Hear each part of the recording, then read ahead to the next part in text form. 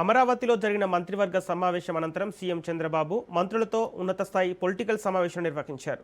రాబోయే స్థానిక సంస్థల ఎన్నికలకు పార్టీ శ్రేణులు, మంత్రులు పూర్తి స్థాయిలో సన్నద్ధం కావాలని ఆయన పిలుపునిచ్చారు. స్థానిక సంస్థల్లో కూటమి అభ్యర్థులు అత్యధిక మెజార్టీ స్థానాలను కైవసం చేసుకునేలా వ్యూహాత్మకంగా ముందుకు సాగాలని స్పష్టం చేశారు. గత ప్రభుత్వ హయాంలో జరిగిన వ్యవస్థల విధ్వంసం, కూటమి ప్రభుత్వం అధికారంలోకి వచ్చాక రాష్ట్రాన్ని మళ్ళీ ఎలా గాడిన పెట్టిందనే అంశాలను ప్రతి ఒక్కరూ ప్రజల్లోకి తీసుకెళ్లాలని సీఎం దిశానిర్దేశం చేశారు.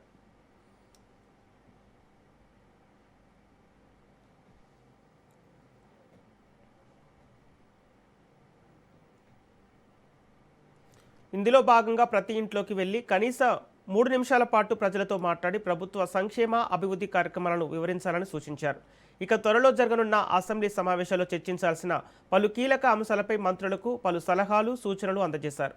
ముఖ్యంగా రాష్ట్రంలో నెలకొన్న ఎల్లినో పరిస్థితులను అసెంబ్లీ వేదికగా ప్రజలకు వివరంగా తెలియజేయాలని సీఎం తెలిపారు. ప్రస్తుతం జలాశయాల్లోకి వరద నీరు వచ్చి చేరడంతో కొంత ఊరటనిచ్చే అంశమని, నీటి నిర్వహణలో భాగంగా తొలి ప్రాధాన్యం తాగునీటికి, ద్వితీయ ప్రాధాన్యం పశుగ్రాసానికి ఇవ్వాలని అధికారులను, మంత్రులను ఆయన అప్రమత్తం చేశారు. ఇక ఇదే అంశానికి సంబంధించి పూర్తి డీటెయిల్స్ మా ప్రతినిధి సంతోష్ లైవ్ ద్వారా అందిస్తారు.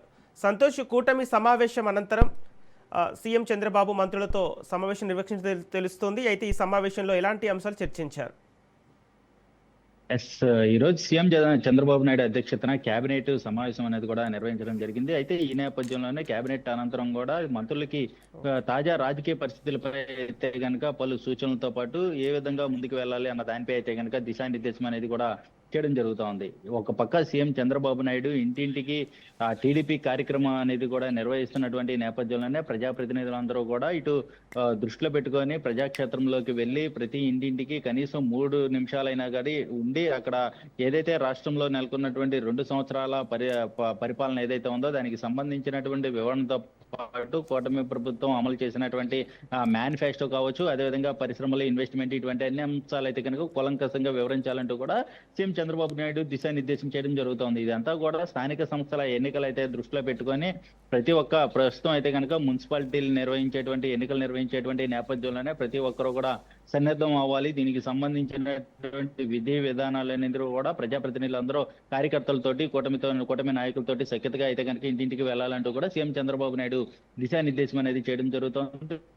దీంతో పాటు ఏదైతే 17వ తేదీ నుంచి 20వ తేదీ వరకు కూడా అసెంబ్లీ సమావేశాలు అనేది కూడా నిర్వహిస్తామన్నటువంటి నేపథ్యంలోనే దీనికి సంబంధించి ఒక వేదిక పరిపాలన పూర్తి చేస్తున్నటువంటి పరిస్థితిని అయితే వివరించే దిశగా అయితే కనుక, అంటే నియోజకవర్గాల్లో ఏమేమి అభివృద్ధి చేసాం, ఇటువంటి అన్ని అంశాలు అయితే కనుక ప్రతి ఒక్కరూ వినియోగించుకోవాలంటూ కూడా సూచనలు చేయడం జరుగుతోంది. మరో పక్క ఏదైతే వైసీపీ పరామర్శల పేరుతో అయితే కనుక అరాచకాలకి, విష ప్రచారాలకి పాల్పడుతున్నటువంటి నేపథ్యంలోనే వాటిని తిప్పుకొట్టేందుకు కూడా ఇంటింటికి కార్యక్రమం అనేది కూడా వినియోగించుకోవాలంటూ కూడా సీఎం చంద్రబాబు నాయుడు సూచనలు చేయడం జరుగుతుంది. ఎందుకంటే ఒక పక్క డిఎస్సీ పేరుతోటి వైసీపీ రాష్ట్ర వ్యాప్తంగా కూడా అనేక విధాలుగా కూడా విధ్వంసం సృష్టిస్తున్నటువంటి పరిస్థితిని అయితే కనుక మంత్రులకి వివరించడం కూడా జరుగుతుంది. ఈ కోర్టులు ఎన్ని చివాట్లు పెట్టినా కూడా డిఎస్సీపై కావాలని కూడా రాజకీయ ముసుగులో అయితే కనుక అనేక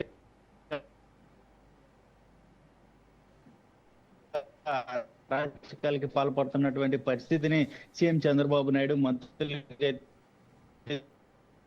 దిశానిర్దేశం చేయడం జరుగుతోంది. ప్రజలందరినీ ఒక పక్క వైసీపీ ఏ విధంగా అనిపిస్తుంది, పరామర్శల పేరుతోటి అక్కడ అల్లర్లు ఏ విధంగా సృష్టిస్తుంది అన్న దానిపై అయితే కనుక ప్రతి ఒక్కరూ అప్రమత్తంగా ఉండాలంటూ కూడా ఈ మంత్రులకి దిశానిర్దేశం అనేది చేయడం జరుగుతుంది. దీంతో పాటు అగ్రిగోల్డ్ బాధితులకి సైతం కూడా సత్వర న్యాయం చేసే విధంగా, అదేవిధంగా కోర్టులను సైతం త్వరగా ఏర్పాటు చేసే దిశగా అయితే కనుక ముందుకెళ్లాలంటూ కూడా ఇటు సబ్ కమిటీకి అయితే కనుక సీఎం చంద్రబాబు నాయుడు సూచనలు చేయడం జరుగుతోంది. దీంతో పాటు అగ్రిగోల్డ్ కి సంబంధించినటువంటి భూముల వేలం పాట వేసి త్వరగా ఆ ప్రక్రియను పూర్తి చేసి ఆ వేలం నుంచి వచ్చేటువంటి డబ్బులు ఏవైతే ఉంటాయో వాటిని అయితే కనుక బాధితులకి ఇవ్వడంతో పాటు అదేవిధంగా ఏజెంట్ల దగ్గర ఉండేటువంటి బాండ్లను సైతం కూడా తిరిగి తీసుకొని వచ్చి వారికి బాధితులకు అందజేసే విధంగా ఉండాలంటూ కూడా సీఎం చంద్రబాబు నాయుడు సబ్ కమిటీకి అయితే ఆదేశాలు జారీ చేయడం జరుగుతోంది. ఇటువంటి అన్ని అంశాలు అయితే కనుక కూలంకషంగా కేబినెట్ అనంతరం కూడా జరిగినటువంటి నేపథ్యం అయితే కూడా కనబడతా ఉంది. మరో పక్క నారా లోకేష్ సైతం కూడా ఏదైతే ఈ బ్రేక్ఫాస్ట్ మీటింగ్ లో కేబినెట్ ముందు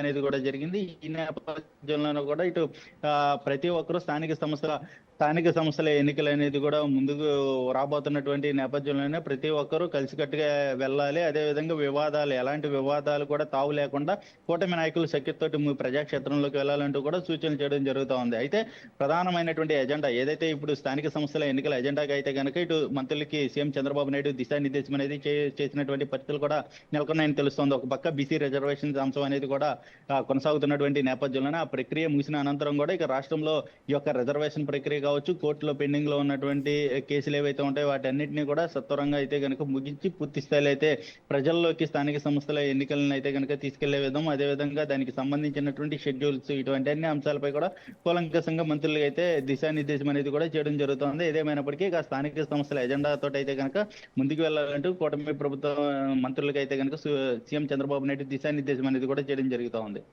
ఓకే, థ్యాంక్ యూ సంతోష్.